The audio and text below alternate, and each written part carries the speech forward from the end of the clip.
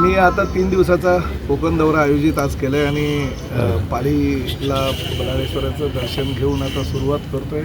पुढे पूर्ण रायगड, रत्नागिरी, सिंधुदुर्ग आणि सावंतवाडी वगैरे सगळे चिपळूण वगैरे सगळा परिसर फिरून प्रत्येक ज्या ठिकाणी शक्य होईल त्या ठिकाणी बस स्थानकाला भेट देऊन काही समस्या असल्या तर त्या समस्याचं निराकरण कशा प्रकारे करता येईल याची काळजी घेऊन भविष्यामध्ये काय डेव्हलपमेंट ह्या परिसरामध्ये करता येईल आणि सर्वसामान्य जनतेला सुविधा कशा देता येईल हे बघणार आहे. प्रामुख्यानं कोकणातलाच सर्वसामान्य हा चाकरमानी आमच्या मुंबईमध्ये आलेला आहे आणि मुंबईमध्ये गेल्या अनेक वर्षापासून शिवसेनेशी बांधिलकी असलेला हा सगळा वर्ग आहे आणि त्यांचे जे प्रश्न आहेत ते आमचे स्वतःचे प्रश्न असं समजून आम्ही आता काम करतो आहे. एकनाथ शिंदे साहेबांनी आम्हाला स्पष्टपणे सूचना दिलेल्या आहेत की जेवढं शक्य होईल तेवढं त्या जागेवर जाऊन लोकांच्या समस्या जाणून घेऊन त्यांच्या समस्याचं निराकरण कसं होईल यासाठी तुम्ही पुढाकार घ्यायला हवा आणि त्या पद्धतीनं हा कोकणचा दौरा आहे.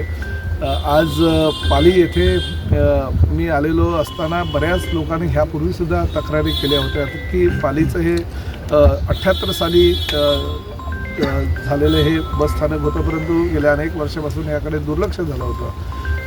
मी ताबडतोब माझ्या एसटीच्या अधिकाऱ्यांना या संदर्भात सूचना देऊन त्याचं इस्टिमेट वगैरे करायला सांगितलं होतं. ह्या अर्थसंकल्पामध्ये पूर्णतः तरतूद केलेली आणि सुमारे 14 कोटी रुपये खर्च करून एक अद्ययावत आपण बसस्थानक या ठिकाणी उभारतोय आणि पुढील 2 ते 3 महिन्यामध्ये याचं भूमिपूजनही होईल. कारण लोकांची मागणी होती आणि आमची जबाबदारी आहे महायुती सरकारच्या कार्यकाळामध्ये ह्या सगळ्या गोष्टी लवकरात लवकर होणं गरजेचं आहे जेणेकरून सर्वसामान्य प्रवाशाला सुविधा मिळेल. आणि आज ही पाहणी केल्यानंतर काही सूचना मी माझ्या अधिकाऱ्यांना दिलेल्या आहेत. एक्झिक्युटिव्ह इंजिनियर वगैरे ह्या ठिकाणी आहेत. प्रामुख्यानं त्यांनी 7 फूट, मी 5 फूट सांगितलं होतं म्हणून त्यांनी अजून 7 फूट उंचीवर हे घेतलेलं होतं, परंतु 7 फूट उंचीवर घेतल्यानंतर ज्येष्ठ नागरिकांना त्या पायऱ्या चढता येईल का, त्याचबरोबर काही अपंग लोक असतात त्यांनासुद्धा त्या पायऱ्या चढता येईल का, त्यामुळे त्या ठिकाणी रॅम्प ठेवणं, रॅम्पबरोबरच आमच्या नवीन डेपो झाल्यानंतर ज्येष्ठ नागरिकांना किंवा काही अपंगांना चढण्यासाठी त्या ठिकाणी व्हीलचेअर ठेवणं वगैरे ह्या सगळ्या गोष्टी नंतर आम्ही करणार आहोत. परंतु सद्यस्थितीमध्ये ह्याचा भूमिपूजनाचा कार्यक्रम मी पुढल्या 3 महिन्यामध्येच म्हणजे ह्या पावसाळ्याच्याच दरम्यान करण्याचा माझा मानस आहे. म्हणजे ह्या वर्षामध्ये कुठल्याही परिस्थितीमध्ये ह्या स्थानकाचं काम चालू होईल आणि वर्षभरामध्ये ते पूर्ण करण्याचा आम्ही प्रयत्न करू. आजपर्यंत काही मिळाले नाही. एकनाथ शिंदे साहेबांनी संघर्ष केला म्हणून आज आम्ही राज्याचे मंत्री म्हणून कार्यरत आहोत. आम्ही सुद्धा आमच्या कार्यकाळामध्ये संघर्ष केला. आम्हाला ह्या गोष्टीचा अभिमान आहे की प्रामुख्यानं पालीची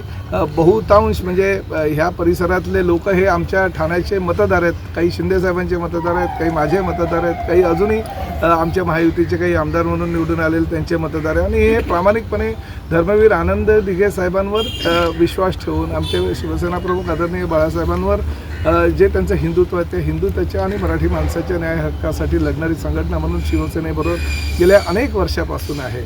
आणि त्या लोकांच्या जर काही समस्या असतील तर त्या त्यांच्या समस्या नाही, हे आमच्या समस्या आणि त्या आमच्या समस्या म्हणून आम्ही काम करत असतो.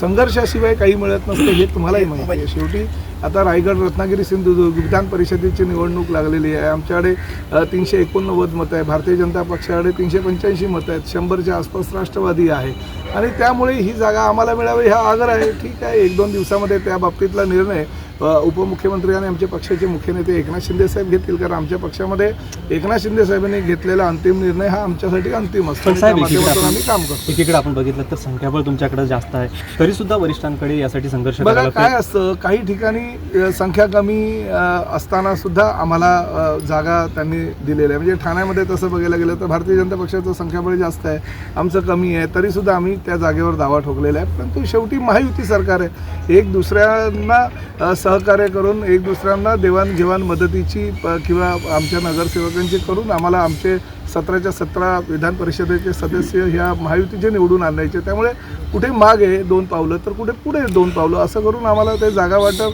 करायचं आणि आज अंतिम निर्णय होईल अशी आम्हाला अपेक्षा आहे. सर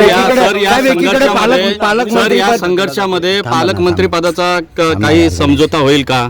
नाही बघा, आमच्या दृष्टीनं आजही आम्ही भरतशेठ गोगावला यांना पालकमंत्री म्हणूनच रायगडचा बघतो आणि त्या माध्यमातून ते कामही तशा पद्धतीचं करतायत. सर्वसामान्य जनतेचे प्रश्न सोडवणारा एक सर्वसामान्य शिवसैनिक, ज्यांना एकनाथ शिंदे साहेबांनी मंत्रिपद दिलं आणि मंत्रिपद दिल्यानंतर ते पालकमंत्री होतील अशी आमच्या कोकणवासियांची इच्छा आहे. आणि आजही आम्ही त्यांना पालकमंत्री भरत गोगावले म्हणूनच म्हणतो. जर भविष्यामध्ये फक्त त्या शिक्कामोर्तब जर करायचं झालं तर आज ना उद्या ते होईल आणि याची आम्हाला खात्री आहे. साहेब, एकीकडे भरत गोगावलेंसाठी पालकमंत्री सोडायला तयार आहे, माझ्या मुलाला विधान परिषद सोडा असं चटकरे बोलतायत, परंतु आपल्याच पक्षामधले आमदार महेंद्र दळवी हे मात्र बोलतात की पालकमंत्रीसाठी तडजोड व्हायला नाही पाहिजे, कारण ती शिवसेनेची हक्काची जागा आहे, शिवसेनेचे आमदार जास्त आहेत, म्हणून त्यांनी त्यांच्या मुलीचा आज अर्ज घेतलाय. भरत गोगावले किंवा इतर आमचे कोकणातील सर्व आमदार हे कुठल्याही परिस्थितीमध्ये रायगडचं पालकमंत्रीपद हे आमच्याकडेच असावं ह्या मताशी ठाम आहेत.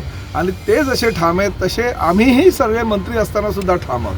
त्यामुळे आमच्या दृष्टीनं हे पालकमंत्रीपद फार महत्त्वाचं आहे आणि रायगडचा पालकमंत्री पदाचा तिढा मला असं वाटतं की एकनाथ शिंदे साहेब देवेंद्र फडणवीस साहेबांशी चर्चा करून, सुनेत्राताईंशी चर्चा करून सोडवतील याची आम्हाला खात्री आहे आणि विश्वासही आहे. सर, आपण राज्यातल्या मंत्रिमंडळामध्ये आहात आणि आज जर बघितलं तर संपूर्ण राज्यामध्ये महिलांच्या हत्या होत आहेत, अत्याचार वाढत आहेत. रायगड जिल्ह्यात अशा 3 हत्या झालेल्या आहेत.